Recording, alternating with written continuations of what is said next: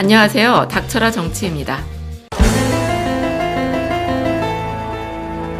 지난 12월 13일에 열렸던 OECD 조선부회에서요. 일본이 조선업 저가 수조와 정부의 공적 자금 지원을 금지해야 한다며 국제규율 제정을 강력히 요구했습니다. 그러니까 이거는 일본이 우리나라 조선산업을 타겟으로 삼은 건데요.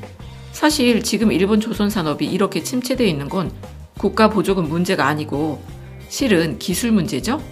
중국에서 자국 조선소에다 보조금 빵빵하게 밀어주고 대형 LNG 추진선 수주를 따내기도 했지만 결국엔 납기일 안에 만들지 못해서 중국 조선업의 기술 수준만 적나라하게 드러나고 말았죠. 심지어 일본은 LNG 추진선을 만들어내려면 앞으로 10년이라는 시간이 필요하다고 자기들 입으로도 얘기를 했었잖아요. 그래서 지금 일본은 기술 인력들을 양성 중이고 10년 후나 지나야 LNG 추진선을 만들 수 있다고 한 건데 그런데 지금에 와서 정부 보조금 금지해야 한다고 주장하는 겁니다.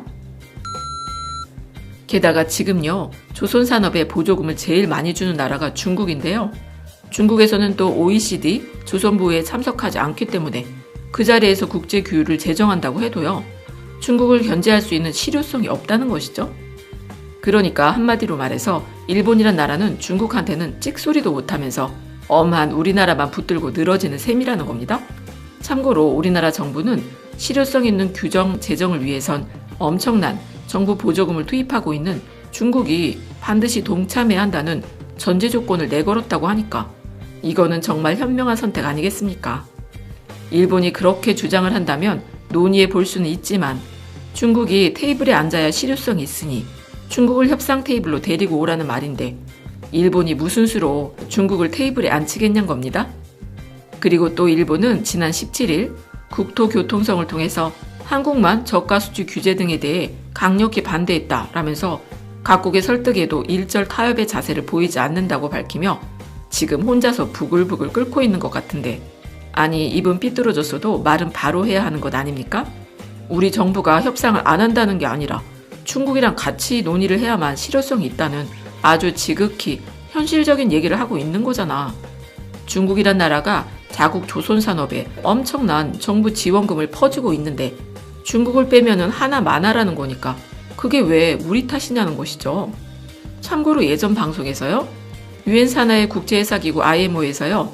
선박 연료유의 황 함량을 기존의 3.5%에서 0.5% 이하로 낮추기로 한다는 IMO 2020 계획이 내년 2020년부터 실행될 예정이라고 전해드렸었는데요. 그런데 이런 환경 규제는 여기서만 그치는 게 아니라 선박에서 배출되는 이산화탄소량까지 앞으로 2050년까지 70% 선으로 줄이는 IMO 2050 계획까지 가속화될 전망이란 거예요.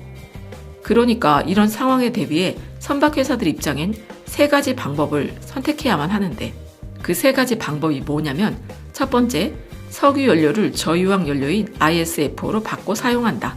두 번째, 기존 선박에서 황 배출량을 줄여주는 타랑 장치, 즉 스크러버를 장착한다. 그리고 세 번째, LNG 연료 추진선을 사용하는 방법이란 겁니다. 그런데 앞에서도 말씀드렸지만요. 일본 조선사들은 LNG 연료 추진선을 만들려면 앞으로 10년 정도 걸리게 되니까 10년 후에 시장 진입을 하겠다고 했어요. 중국은 뭐 국가 지원금 받아서 가격을 싸게 납품한다며 여러 척을 수주하긴 했는데 결국엔 납기일을 맞추지 못해서 기술력을 확보하지 못한 게 드러났던 겁니다. 그러니까 앞으로 강화되는 환경 규제 속에선 우리나라 조선산업은 새로운 LNG 추진선에 대한 독보적인 위치를 차지하게 되면서 조선업계를 평정하게 될 거란 세계적인 평가를 받고 있다는 거예요. 그리고 또 이런 환경 규제 때문에 조선업계만 수혜를 보는 게 아니라는 겁니다. 그러니까 배가 필요한 선사 입장에서 보면요. 돈이 많아서 새로 LNG 추진선을 척척 만들어 쓸 수 있다면 좋지만 현실적으로 봤을 때 돈이 남아도는 건 아니잖아요. 기존에 있던 배들을 하루아침에 폐선 처리할 수도 없으니 타랑장치, 즉 스크러버를 장착하려면 당장 목돈도 들면서 그 효과도 얼마나 될런지 확실하지도 않고요. 그래서 현 시점에서 봤을 땐 선사들 입장에서 가장 쉬운 방법은 바로 선박 연료유를 저유황유로 바꾸는 거라고 합니다. 아까 말했던 세 번째 방법이죠. 실제로 지난 11월 IMO 2020 환경규제 시행을 앞두고 선박연료로 주로 사용되는 벙커CU 가격이 2달 사이에 반토막이 났다는 기사가 나왔죠. 그리고 11월 20일 한국석유공사의 페트로넷에 따르면 19일에는 황함량 0.05%인 경유 가격이 배럴당 74.16달러였던 데 비해서 황함량 3.5%의 벙커CU 가격은 34.92달러를 기록했다고 하는데요. 이 벙커CU 가격은 지난 9월 17일에는 최고점인 79.81달러를 기록했다고 하니까 2달 사이에 그야말로 반토막이 나버린 겁니다. 더구나 글로벌 최대 선박유 시장인 싱가포르에서는 지난해 벙커CU 거래량이요, 전체 거래량의 97%를 차지했었는데 올해 9월엔 85%까지 하락을 했다고 하니까 전 세계에 175개 회원국을 거느리고 있는 IMO가 2020년 1월 1일부터 IMO 2020 규제에 돌입하게 되면은 이런 하락 추세는 날이 갈수록 심해질 수 있다는 것이죠. 그러니까 이런 정유 시장의 변화에 대한 시장 전망을 봐도요, 에너지 분야 정보 분석 업체인 스탠다드 & 푸어스 글로벌 플라츠의 최근 보고서에 따르면 아시아에서는 한국 정유사들이 내년부터 전개될 저유황유 시장에 가장 준비가 잘 돼 있다고 하면서 한국 업체들은 이미 저유황유 생산을 극대화하기 위한 준비를 마쳤다는 겁니다. 특히 SK에너지에서는 지난 2017년부터요, 1조 원을 투자해서 감압 잔사유 타량 설비, 그러니까 VRDS 시설의 완공을 눈앞에 두고 있는데 앞으로 내년 1월에 공사를 마치고 3월부터는 생산이 가능하다고 하지요. 참고로 이 VRDS가 뭐냐면요, 기존의 벙커CU처럼요, 고유황유의 중질유를 원료로 사용해서 저유황 중질유나 선박용 경유 등 저유황유를 생산할 수 있게 해주는 설비라고 합니다. 그런데 SK에너지에서는 이 VRDS 설비가 완료가 되면요, 하루에 4만 배럴의 저유황유 생산이 가능하다는 거예요.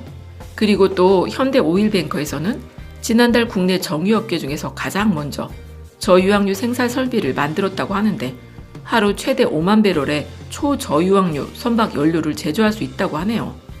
그러니까 스탠다드 & 푸어스 글로벌 플라츠가 예상하기를 일본과 중국의 정유업체는 저유황유 생산을 위한 시설 개선이 한국에 비교해 뒤처진다고 하면서 한국 정유업계가 내년부터 개화할 새로운 저유황유 시장을 선점할 것이라고 전망했다는 겁니다.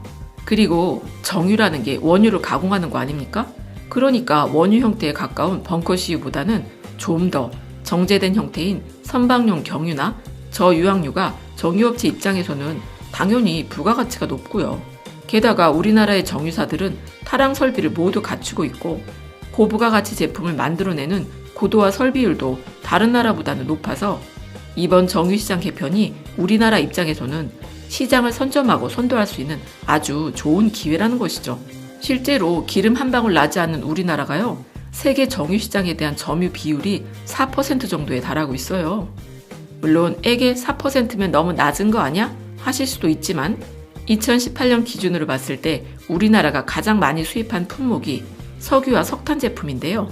이 중에 반 정도는 국내에서 사용하고 나머지 절반 이상을 해외에 수출하고 있다고 하는데 우리나라의 수출 품목 순위를 잠깐 보면은요, 1위가 220조 원 정도를 수출한 반도체 제품 등 전기 제품이 차지하고 있고요.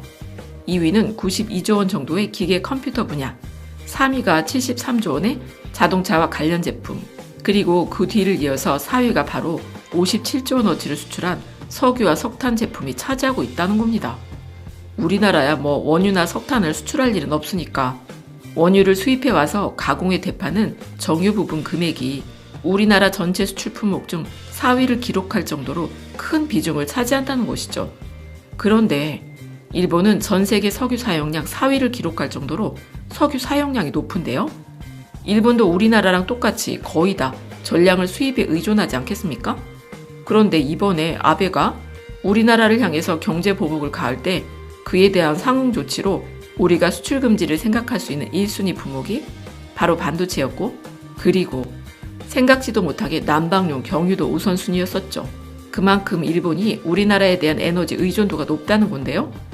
2017년도에 세계적인 원유가 폭등이 있었고 때마침 일본 안에선 정유기업들이 구조조정을 당해서 일본 전체의 석유 수요 중 절반 이상을 감당하는 JXTG라는 정유회사도 공장 가동률이 46년 만에 최고치를 달성했다고 호들갑을 떨면서 내놓은 6개월치 순이익 실적이 573억 3천만 엔, 우리 돈으로 하면 6,290억 정도였거든요.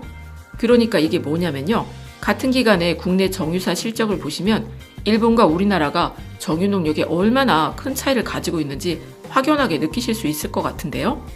당시 SK이노베이션 한 회사에서 내놓은 3분기 영업이익 실적이 9,636억 원이었으니까 3달간의 영업이익이 9,636억 원인 거죠. 하지만 일본은 6개월간 순이익이 6,290억이라는 겁니다. 거기에 우리 S-오일은 5,532억 원, 현대오일뱅크는 2,747억 원, GS칼테스가 4,438억을 달성했으니까 순이익 대비 영업이익이라고 쳐도 그 규모의 차이를 대충이라도 감지할 수가 있잖아? 더구나 이런 와중에 세계 석유 시장의 10%를 차지하고 있는 사우디아라비아의 국영기업 아람코가 정유업계에 뛰어들 움직임을 보이고 있는데요. 이 아람코라는 회사는 현대오일뱅크의 지분 17%, S오일의 지분도 63.5%나 가지고 있어요. 그리고 최근엔 앞으로 20년 동안을 아람코에서는 원유를 공급해주고 현대오일뱅크에서는 정유를 해서 휘발유와 경유를 다시 아람코에 공급해주는 계약을 체결했다고 합니다. 참고로 이 아람코는 원유 생산량이 세계 최대고 전 세계 원유의 12%를 공급한다고 하니까 어마어마한 거죠. 그리고 지금 원유 시장이 여러모로 아주 급격하게 바뀌고 있어요. 미국이 에너지 수입국에서 수출국으로 바뀌었고 대체 에너지는 많이 개발이 되면서 석유 소비량도 점차 그 추세가 줄어들 거라고 예측이 되는데 원유업체에서도 사업 다각화가 필요한 시점인 거고요. 그러니까 우리나라 정유사 입장에서도 앞으로 원유를 안정적으로 공급받고 반대로 판매도 안정적으로 할 수 있게 되니까 아람코와의 협력은 엄청난 시너지 효과를 얻을 수 있다는 것이죠.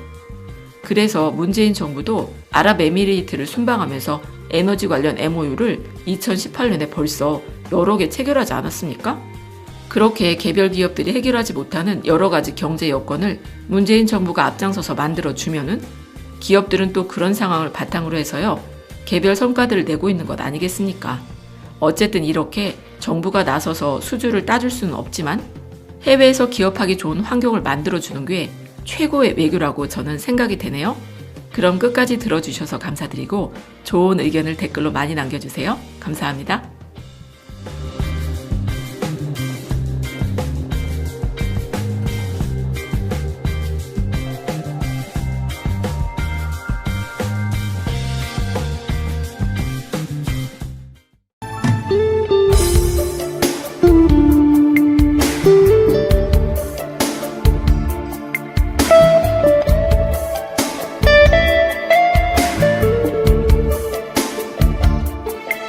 you.